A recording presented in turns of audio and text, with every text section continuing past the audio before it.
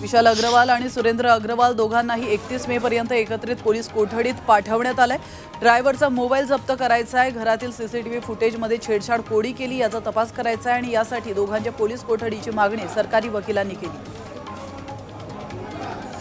Sassoon हॉस्पिटलमधील शिपाई अतुल घटकांबळे याला police आयुक्तालयामध्ये आणलाय, तर घटकांबळेने डॉक्टर अजय तावरे आणि विशाल अग्रवाल यांच्यातील संवादाचं काम केलं। अल्पवयीन मुलाचे ब्लड रिपोर्ट्स बदलण्यासाठी लागणारा मोबदला किती आणि तो कसा द्यायचा हे घटकांबळेने या दोघांशी बोलून ठरवलं होतं।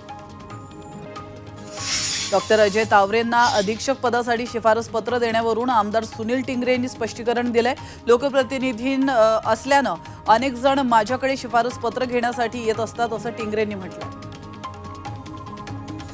पुणे कल्याणी नगर अपघात प्रकरणी सामाजिक कार्यकर्ते अंजली दमानिया यांनी अजित पवारांवर गंभीर आरोप केलेत। अजित पवारांची नार्को टेस्ट करा, त्यांचा फोनही चेक करा अशी मागणी। अमृत नोनी गॅस्ट्रिन, अपचन, ऍसिडिटी, गॅस्ट्रबल ह्यापैकी तुम्हाला कुठलाही गॅस्ट्रिक प्रॉब्लेम झाला, उपाय एकच, अमृत नोनी गॅस्ट्रिन।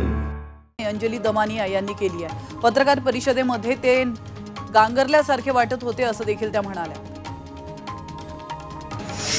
पुण्यातील ड्रंक अँड ड्राईव्हची घटना ताजी असतानाच मुंबईमध्ये देखील अंधेरीमधील ओशिवरा भागातही तसाच प्रकार समोर आलेला आहे। या ठिकाणी दारू पिऊन एक तरुण सुसाट गाडी चालवत होता।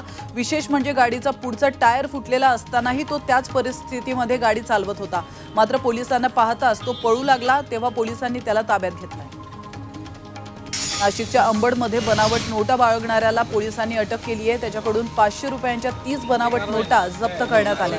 आरोपीने या नोटा कुठून आणल्या याबाबत तपास सुरू आहे।